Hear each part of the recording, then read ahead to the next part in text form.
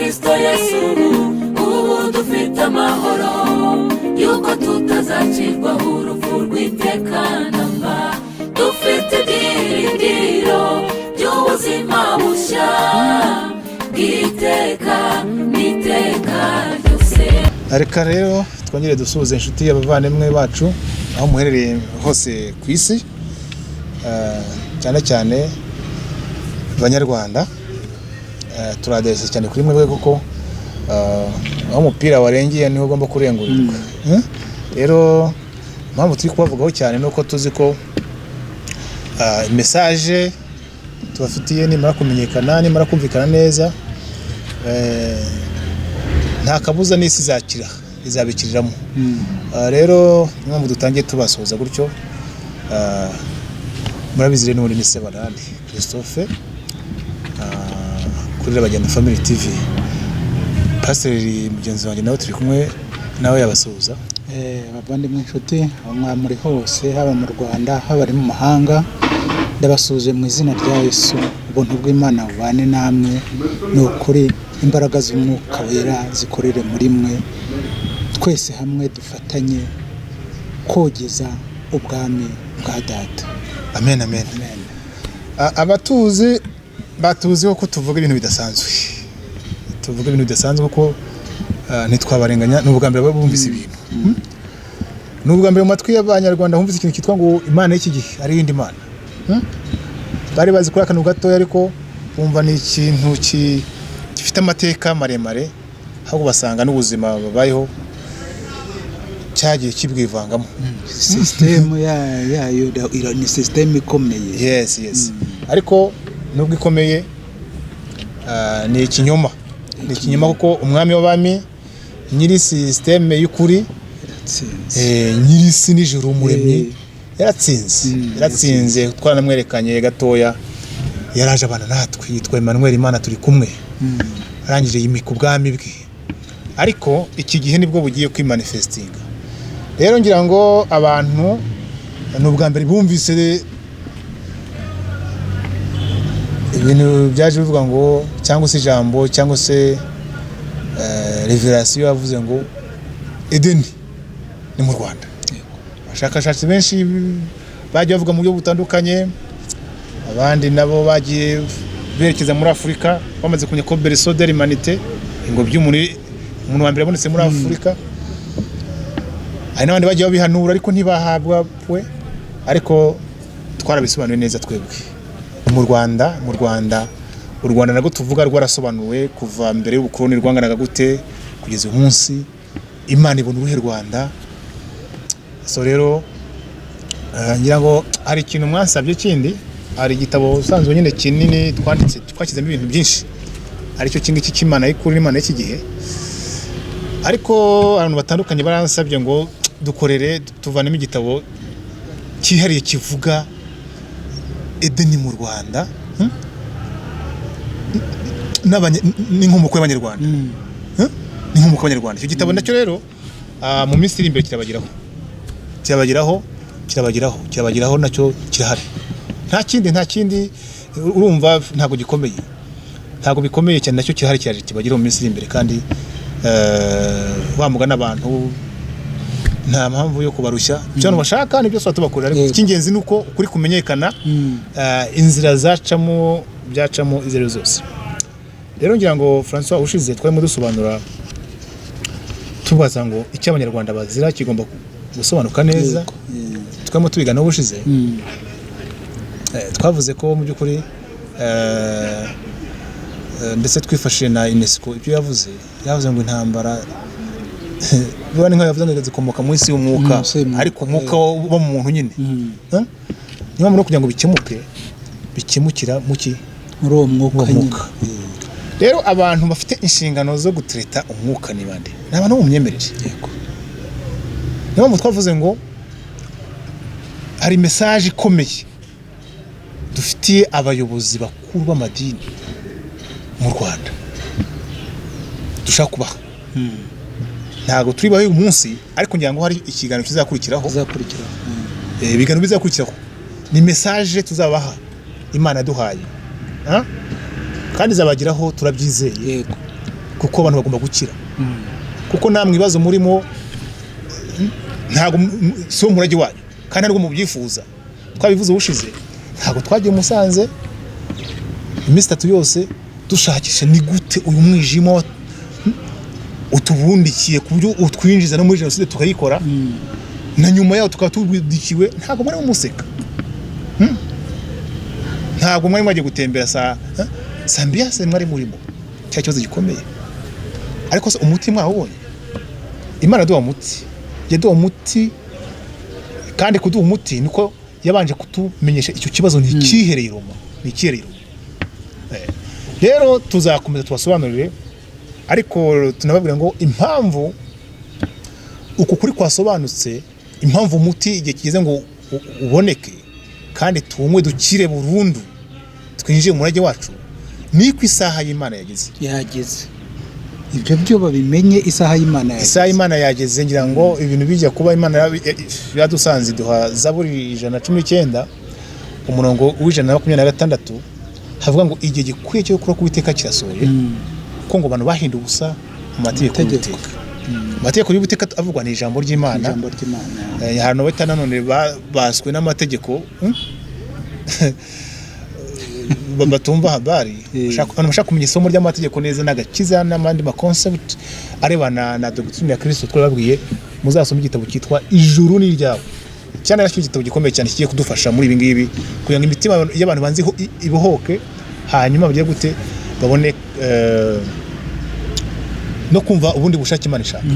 rero iyo tuvuze ngo igihe cyasohoye ntago ari ibintu byo mu kirere nanone gutya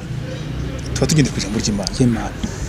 muri iki gitabo ngira ngo iyo tuvuga umucyo uzarasira amahanga iyo tuvuze ngo harimo chapitre ivuga ngo Rwanda umucyo w'amahanga muri Rwanda umucyo w'amahanga ngira ngo umurongo utuyobora cyane ni umurongo wo muri Yesaya 19 niryo zingiro niho ibintu bigiye gukoreka muri Yesaya 19 Yesaya 19 ngira ngo hari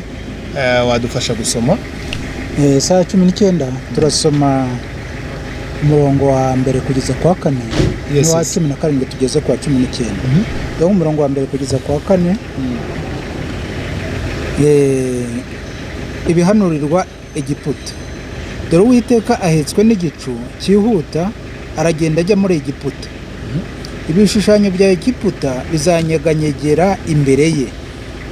umutima wa Egiputa uzayagira mu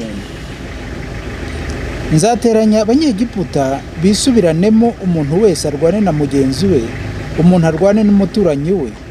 umudugudu uzarwana n'undi ubwami buzatera ubundi bwami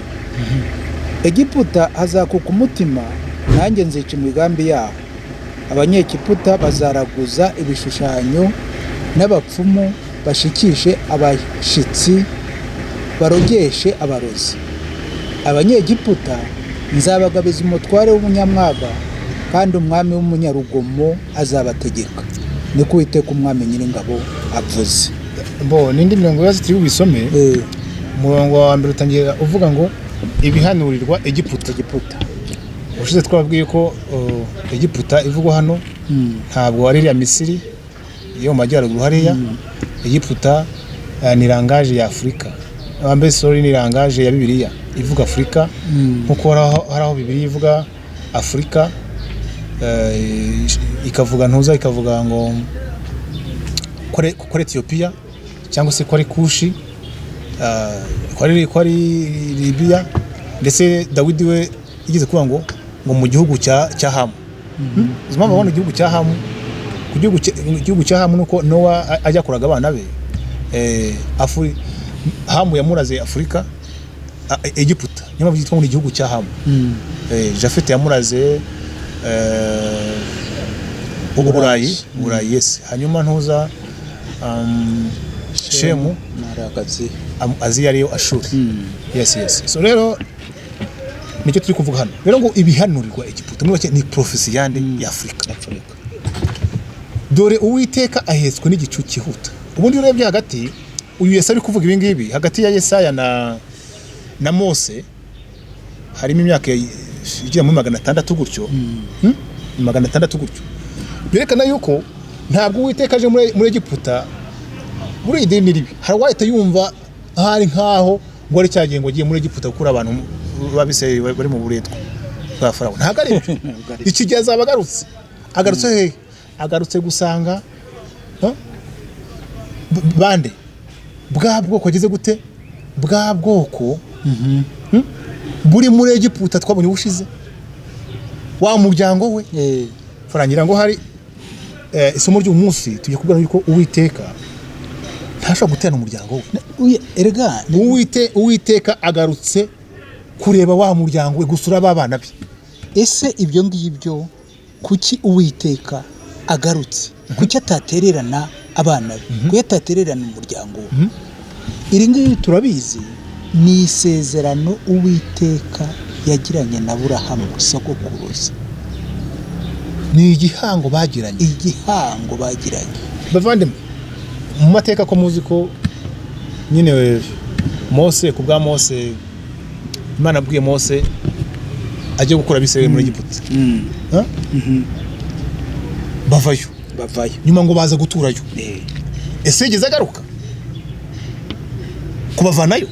Uwiteka yigeze agaruka kubakiza izi mpinduka ibintu byose byarabaye ntabwo byabaye kandi yavuze ngo nahagera aho ngaho muri Egiputa niyo igitwikizo cyose kizavaho dore Uwiteka ahetswe n'igicu cyihuta akenshi cyane turasona igicu hari igihe birivuga igicu ivuga abantu ubundi akababwira hari ubwoko budasanzwe Imana igiye gukoresha ibi ni ibiremwa bishya byatoranijwe mutize mumenya hari igihe birivuga ngo igicu cy'abahamya benshi hari n'ahandi birivuga ngo dore arazana n'ibicu ubwo Kristo azabagarutse azabagarukanye n'abera ni cya gihe nyine azaba nyuma y'itorero ryaragiye tuzigisha abantu amateka nayo hari igihe nyine idini ryagiye bigisha nabi ni ibintu bikomeye cyane tubazaniye mu by'ukuri bavandimwe rero aragenda ajya muri Egiputa araje mu mbaraga zidasanzwe ibi ni bya bindi ni prophecy yitarasohora ariko ugiye gusura ngo prophecy ya Egiputa ibishushanyo bya Egiputa bizanyeganyegera imbere ye umutima wa Egiputa uzayagira mu nda uyu mutima wa Egiputa uvugwa ni ya spirit wa mwuka w'Imana y'iki gihe ya Mana yiheranze ikavuga ngo oya ngo tuzakomeza ngo dusenge gasani ngo bakomeze basukire wa mugabekazi mu gihe ngo basukire ngo yamigisha ngo tukimuke ngo iyo tumusenze ngo aduhimigisha oya bavandimwe Imana kigiye devil is a liar. He's very cunning, but he was defeated. Satani ni umunyamanyanga ariko no mu bugome no mu cyanje ariko yaratsinzwe akora mu binyoma gusa reka dutangaze kababwire umunsi Uwitekaza bwa mbere mu by'ukuri ibi bicu ntabwo Uwitekaza mu bicu ngibi bisanzwe bwa mbere yagiye muri Mose sanga Egiputa hubakitswe ubumaji hubakitswe iki ndetse babanza kumwikakazaho unatwe turabishoboye ubumaji babanza burakora abacunyi bajye gute yakugitangaza bakora ikindi ariko nyuma baje gukosorwa bakoze bitatu gusa nibyo bashoboye barangije bajye gute birabananira birabacanga n'ubu ngubu hari utumaji hari udupfumu ako Imana ishimwe kubwo umuyobozi wacu umuyobozi wa mukuru w'igihugu yaje muri rwose Amavubi ajya gukina na Guinea ubupfumu mu Rwanda ubupfumu bwahagurutse yego ngo bateye inzuzi basenze gasani ngo bamuterera inzuzi ngo bereze u Rwanda ngo Amavubi ngo mwishyuke yamateme y'intuza ngo mwishyuke mugende muratsinda bagiye isoni zira bakora ako umukuru w'igihugu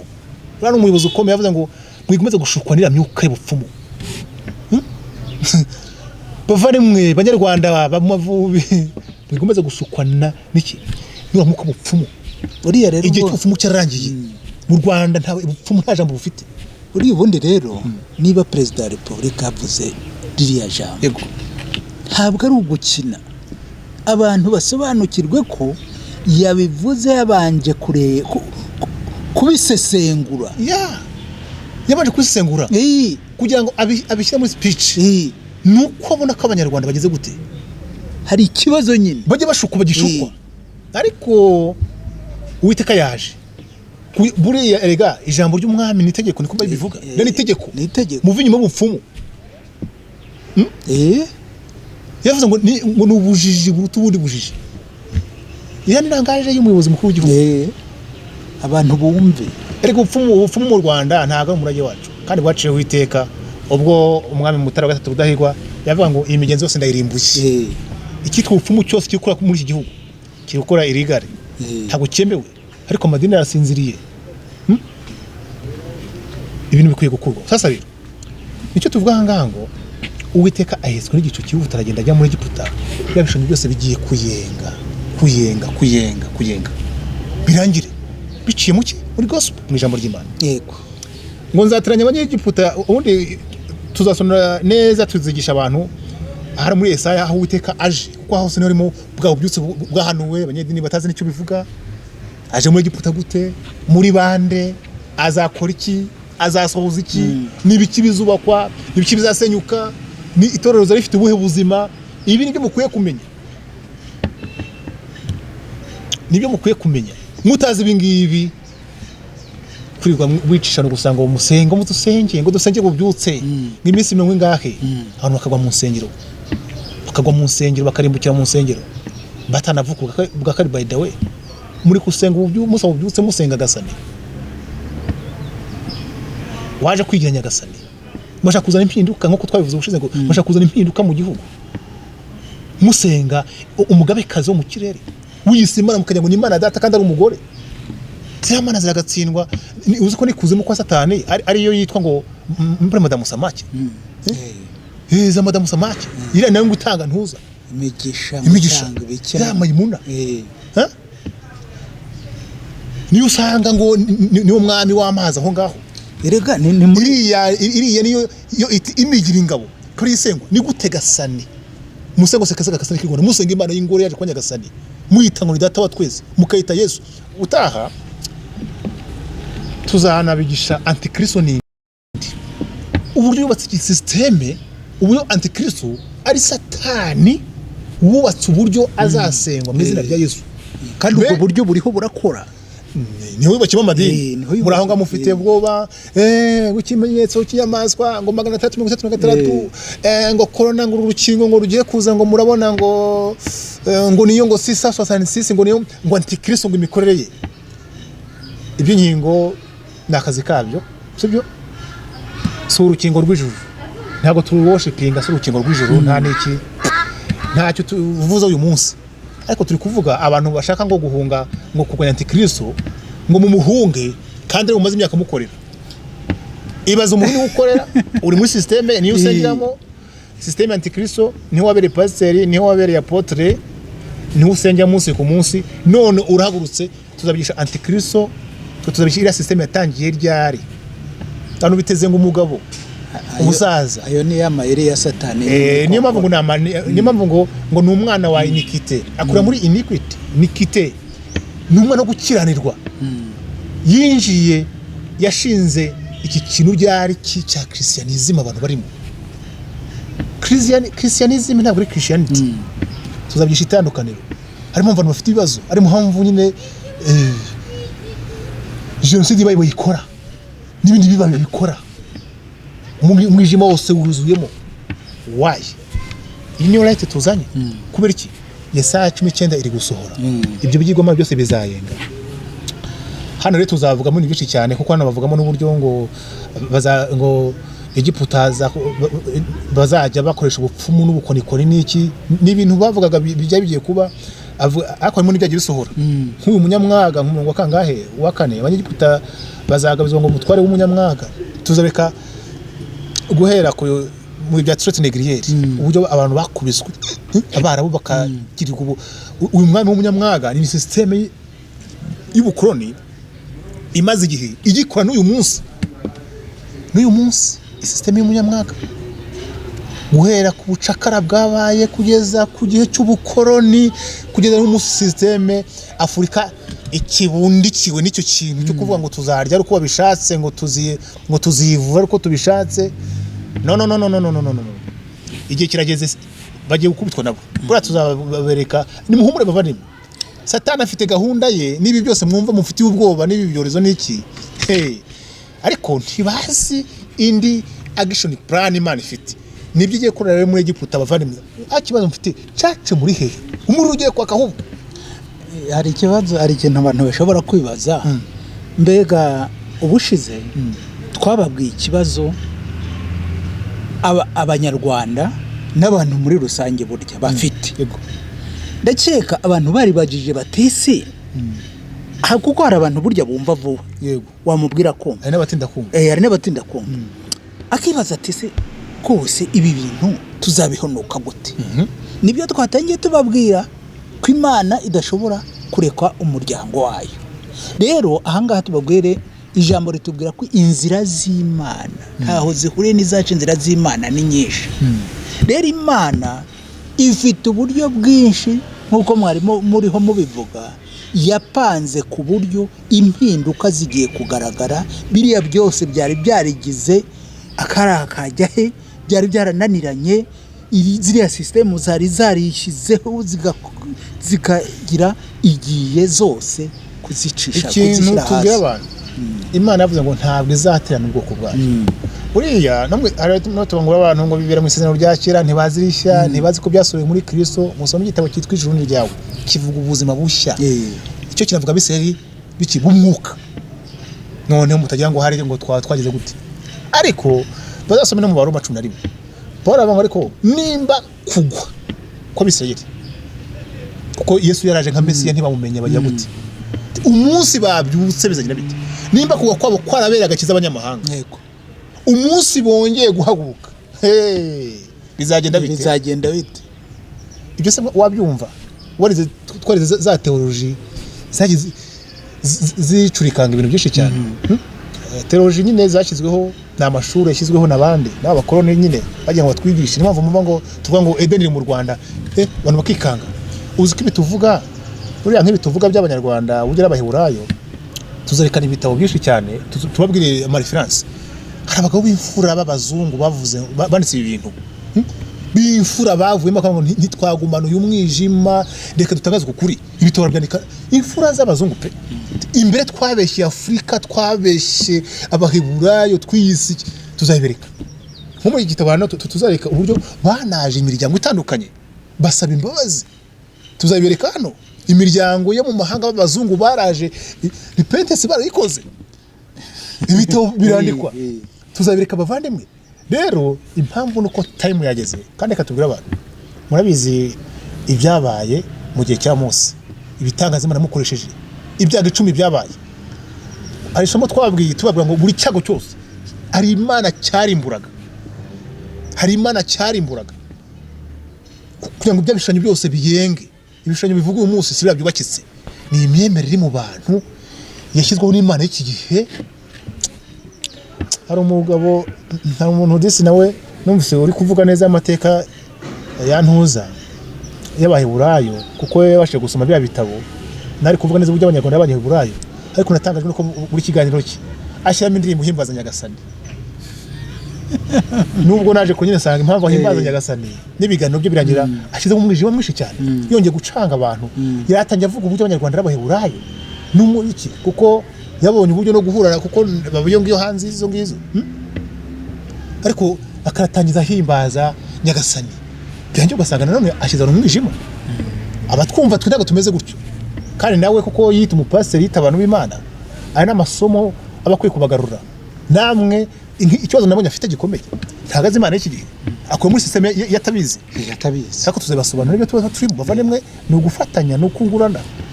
nta wishiririya ariko rero time yageze bari muvuga ngo Imana ngufite igihumbi izakura ibirenze ibyo twibwiraho oya reka mbaye nakantu nkuko nubwo mwagakomojeho gatoya ibi by'abapfumu yego ibyo abapfumu murabona abapfumu badatangiye guta agaciro bari barigize mbega bari bakomeye muri iki gihugu ariko nk'ejo bundi Imana yarabatamaje ku mugaragaro kubera iki kubera ko hari abantu batangiye gusobanukirwa batangiye kumva ijambo ry'Imana bariho bagendera mu murongo w'Imana y'ukuri oya kubatamaza byo birumva biba no mukuru w'igihugu ko yavuga ati ibintu bicike nabyo ni ikintu gikomeye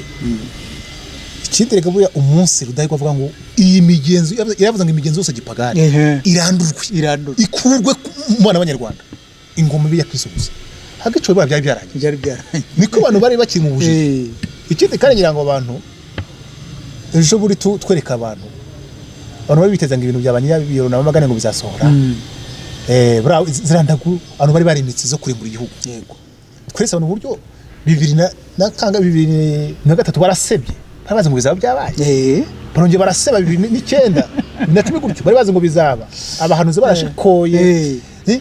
ubupfumu bwarahujwe n'indagu izo ndagu zarahujwe n'amabonekerwa n'ubuhanuzi baraseba deme kangaye yaraseba imirimo y'Imana umwami bari bateze ngo azaza ngo agiye gute yaje kwitahe bose bari hehe kindagu kukashobotse kibazo ko aroma kiri umwijima w'Imana iki sasa rero katubwira abantu bato transfer murongo wa 17 igihugu cya Yuda kizahinduka cyo gutera Egiputa ubwoba uzakibwirwa wese azatinya kubw'imigambi Uwiteka Nyiringabo yagambiriye Egiputa batuzereka abantu iki gihugu cya Yuda tuzereka abantu uburyo igihugu cya Yuda gicwari nicyo gihugu cyo n'u Rwanda mu byukuri impamvu akite igihugu cya Yuda tuzabereka neza uburyo igihugu cya Yuda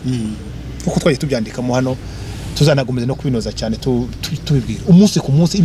ibi mugomba kuzabimenya kugira ngo umuhagarare muki umurage wayo uzi ko kije gukanga Afurika oya none n'ibyatangiye ako agaciwe n'undi mu buryo bugaragara physically u Rwanda n'u Rwanda mu bintu byinshi cyane ariko rero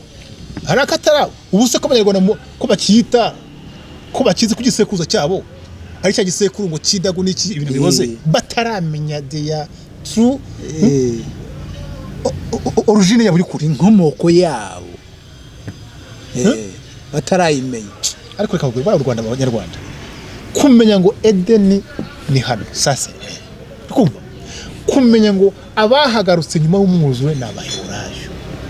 kumenya ngo ni mwebwe Imana yise kugira ngo murasira amahanga reka ngoreke ibi basha kutabyumva ya ibi ngibi basha kutabyumva neza reka dusome n'ubundi uyu murongo cya gice twabwiye ngo Uwiteka agarutse nyine ku wa muryango we bisobanurwa cyane muri Yesaya 19 kadusoma umurongo wa 18 wumva ukuntu bavuga 18 aravuga uwo munsi mu gihugu cya Egiputa hazabamo imidugudu 5 ivugurunya Kanani irahira Uwiteka Nyiringabo umwe uzitwa umudugudu wo kurimbuka okay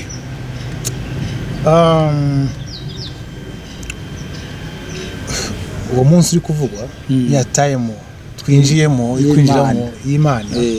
bavuga ngo hari imidugudu 5 izavuga ururimi rw'Urunyakanani bavandimwe iyo Egiputa iyo Afurika izavuga ururimi rw'Urunyakanani ni yihe ngo irahira Uwiteka Nyiringabo uko kurahira Uwiteka Nyiringabo ni ugusingiza Uwiteka ko ari we izaba yiyeguriye bazaba bagarutse ku Mana bavuye kuki kuri za mana zimaze imyaka ibihumbi bingahe kuri ubutaka bwa Afurika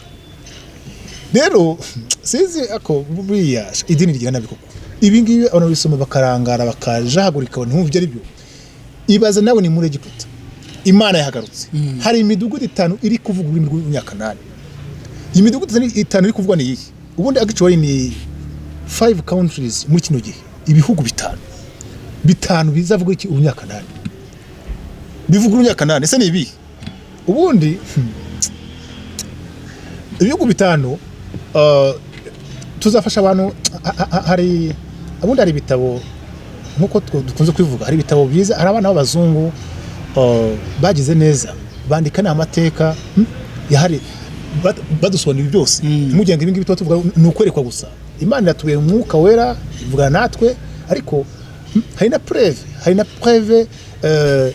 z'ibitabo byanditswe n'abazungu hari abaprofeseri batandukanye bamwe bo muri Isirayeli bigisha hariya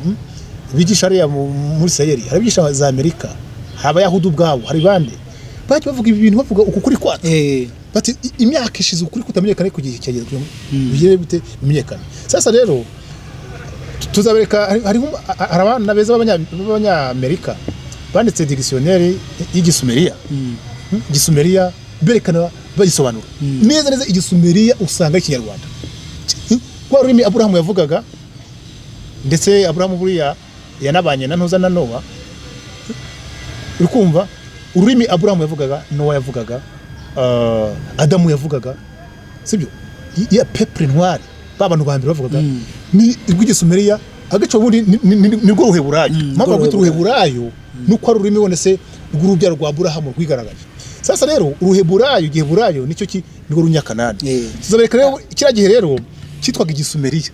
ariko runyakanani tuzabereka rero uburyo urunyakanani Giheburayo aricyo kinyarwanda. Hanyuma hano abantu basobanukirwe hano ntibumva urunyakanani ngo bibaze batese urunyakanani n'Igiheburayo bihuriye ahangaha mwibuke ko iriya Kanani ni bwa butaka Imana yahaye Isiraheli nk'isezerano ariyo Yerusalemu yari Yerusalemu. Noneho rero ubwo hitubara bavugaga n'uruhe nabo bayisiraheli bavuga iki Ruheburayo mu midugudu ingahe 5 yo muri Egiputa ariyo yiherero u Rwanda n'u Rwanda Uburundi Kongo Uganda Tanzania midugudu 5